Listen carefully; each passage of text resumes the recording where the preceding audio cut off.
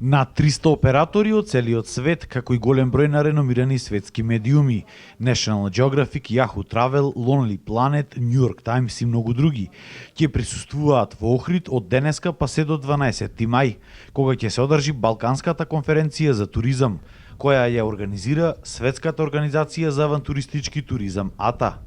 Партнер од македонска страна е Агенцијата за поддршка и промоција на туризмот.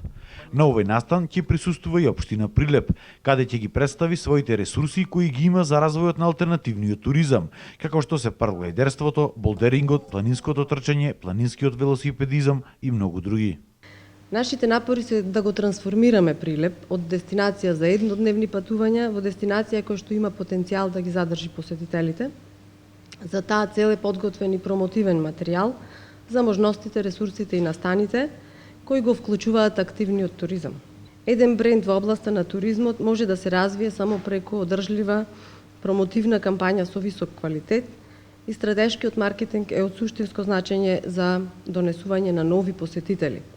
Исто така и добрата инфраструктура, обележани патеки, полетилишта за параглайдери и така натаму, како и добрите услуги. Тоа се клучот да се обезбеди и повторно враќање на оние посетители кои што еднаш веќе биле во нашиот град. За оваа намена во функција била ставена и новата интернет страница prilepinfo.mk, каде можеле да се најдат сите податоци за туристичките потенцијали на Прилеп.